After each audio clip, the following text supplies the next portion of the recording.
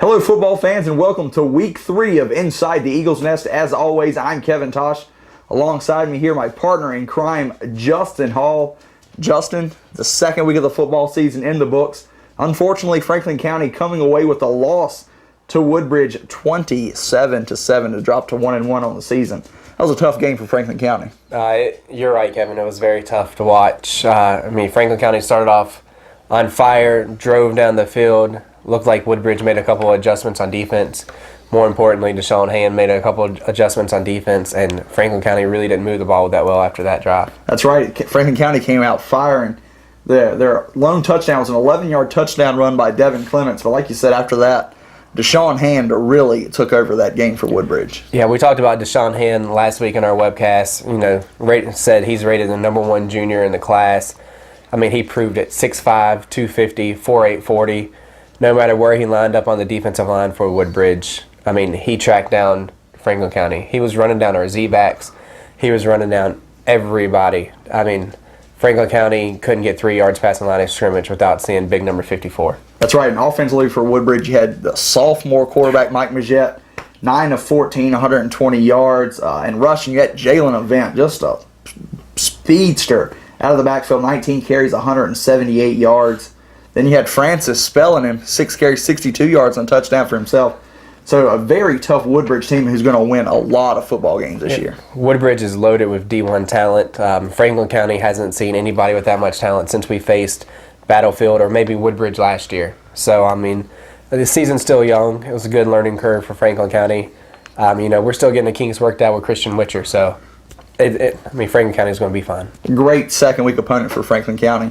It would have been great if they had come away with the win, but they learned a lot. Franklin County had 10 first downs. They had 38 carries as a team for 179 yards. They were 0 for 4 through the air. Christian Witcher had 1 interception, so no yards passing. So they had 42 yards from the line of scrimmage, 179 yards. Only 2 penalties. They've been really good this year on penalties. That was for 10 yards. They had 1 fumble that they lost, 3 punts, averaging 31 yards. So the punting. A new punter this week. And, I know Power didn't come in and punt this week. Had the other guy in. I know they switched numbers. I've forgot his name. That's right. And I think that was just, we might have had the numbers switched last week. I think it was the same guy. We just had different numbers. The entire kicking unit came up and confused us. Helpfully, they corrected us. But we appreciate that. But just to recap the offense for Franklin County, Devin Clements, 11 carries, 57 yards and a touchdown. Chance Tyree, 8 carries, 40 yards. He was hurt in the second half. Jalen Gill, 6 carries for 39 yards. Christian Witcher, 8 carries, 28 yards. E.J. Harris, 3 carries for 12 yards. And Jonathan Altis, 3 carries for 6 yards. Like we said, Witcher 0 for 4 on the night, 1 interception. Punt returns, E.J. Harris 1 for 13 yards. And Saunders did the punting this week. 3 punts, averaging 31 yards. And just a little bit from Woodbridge. Some fans out there might be wondering about Woodbridge. 21 first downs, 304 yards on the ground, 120 through the air. So that's 424 yards of total offense, 5 of 9 on third downs. And time of possession was just about equal with the edge going to Woodbridge. So any other thoughts from the Woodbridge game, Justin? It was a big learning curve for Franklin County. It's only going to make us stronger throughout the season. We're not going to face a single team this year with the talent that Woodbridge does. It's nice to get that nod on the head, take it early in the season.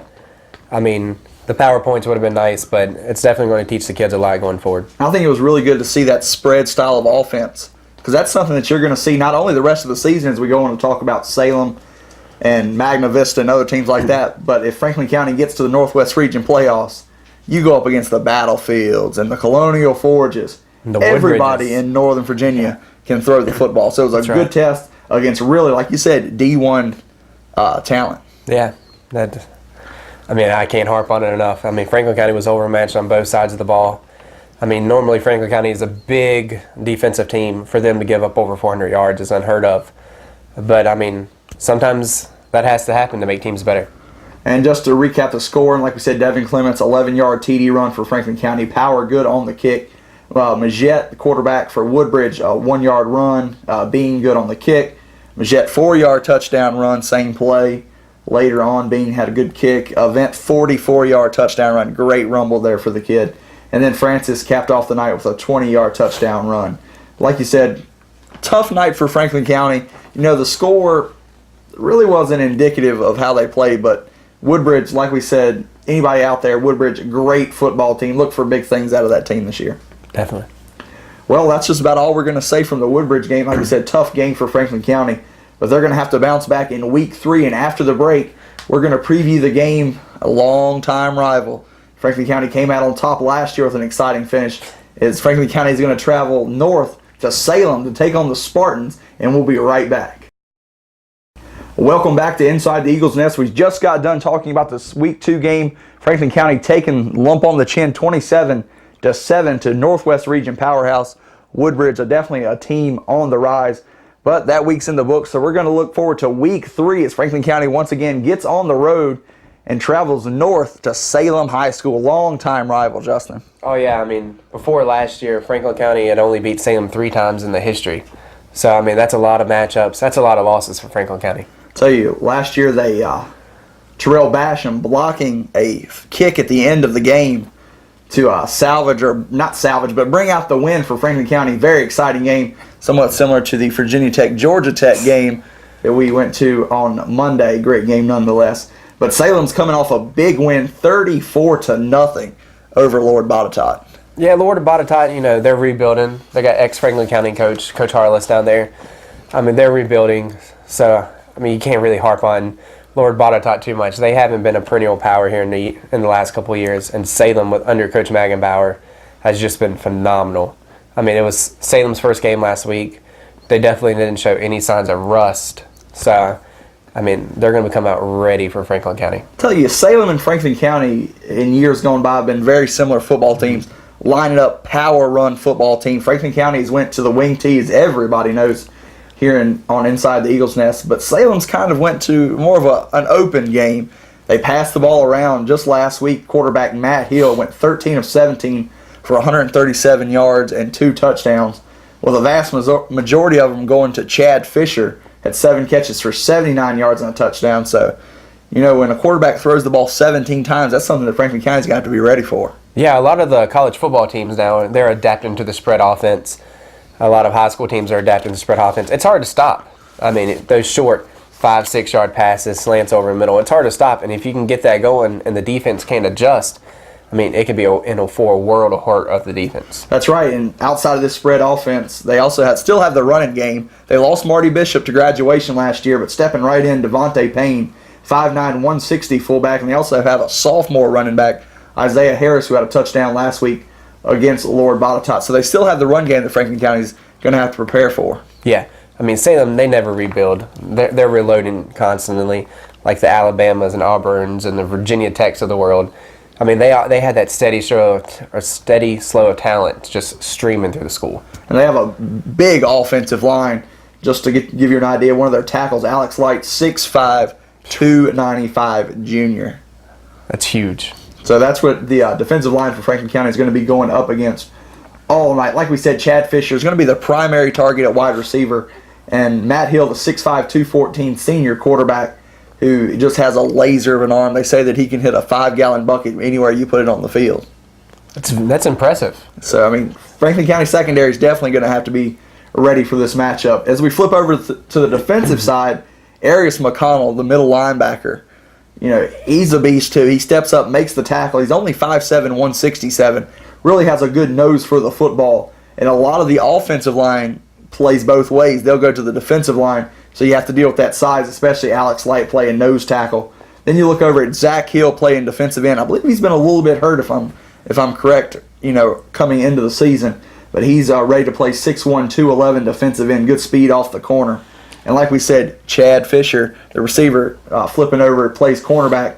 He actually had the first score of the season playing defensive back for Salem. He returned an interception against Lord Botetourt for a touchdown. So they had 7 points on the board before their offense even hit the field. I mean, anytime the defense can score points for the offense, I mean, it's a good day. I mean, as the old saying goes, defense wins championships. Well, like we said, it was a very close game in Franklin County last year when Salem and Franklin County met. And, it's shaping up to be kind of the same thing this year. Franklin County coming off a loss instead of coming off a win, so they're definitely going to be hungry. So what do you think Franklin County is going to have to do this week differently than they did against Woodbridge? Well, we're going to have to stop them. I mean, Franklin County stopped Woodbridge at the beginning of the game, but it looked like they got tired. They went through and there was no stopping Event and Mike Majette and everybody on their team. I mean, they had free will coming on Franklin County. I mean, the defense got tired, just gave up big play after big play after big play, and we've got to stop that against Salem. Salem's going to run those slant passes like we were talking about.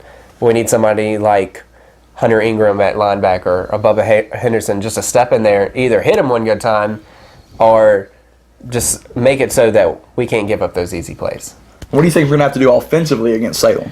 We're going to have an offense. Last week against Woodbridge, we didn't have an identity. I mean, we ran the same plays over and over again, which with Christian Witcher being a new quarterback, I can understand the vanilla offense. Coach Jones, I mean, he just needs to – I mean, we need to play the ball. We need to throw the ball, and we need to connect on the throws.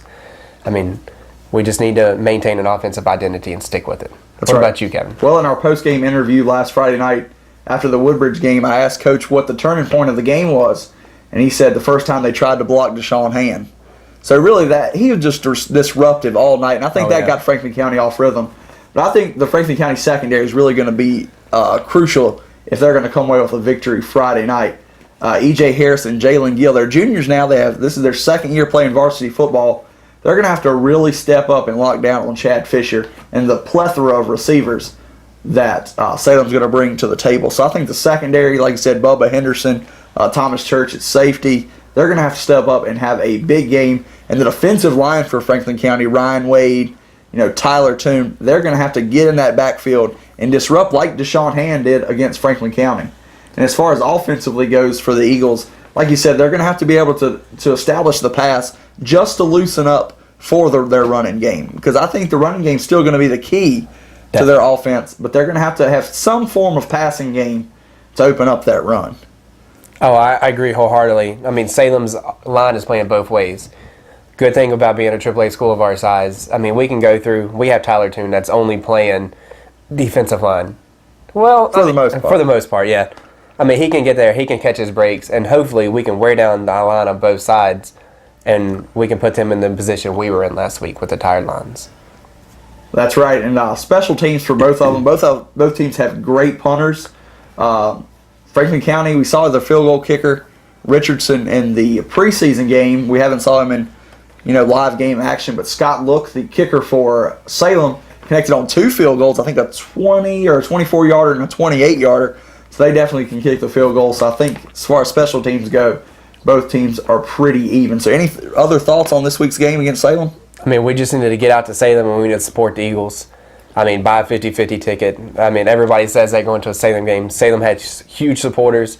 Franklin County has huge supporters. I mean, it should be probably close to 10,000 people there in Salem Stadium Friday night. It's going to be rocking, and I know Salem is definitely ready to play this Eagle team. Yes. Try to avenge the loss last year. Franklin County, on the other hand, they're looking to get back on the winning track after falling to 1-1 on the season. They definitely don't want to drop to 1-2. I think that might be the first time that Coach Jones could possibly have a losing record at Franklin County. But I don't look for him to stay that way long as the season progresses.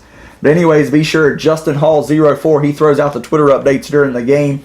Also check out FC Insider. I throw out tweets during the week just so little tidbits and different things. We keep you in tune on what's going on inside the Eagles nest. And if you don't have anything else, I believe that's going to wrap it up for week 3. Let's wrap it up. Alrighty. We hope to see everybody out at Salem Stadium this Friday night as Franklin County plays the Salem Spartans in week 3 action.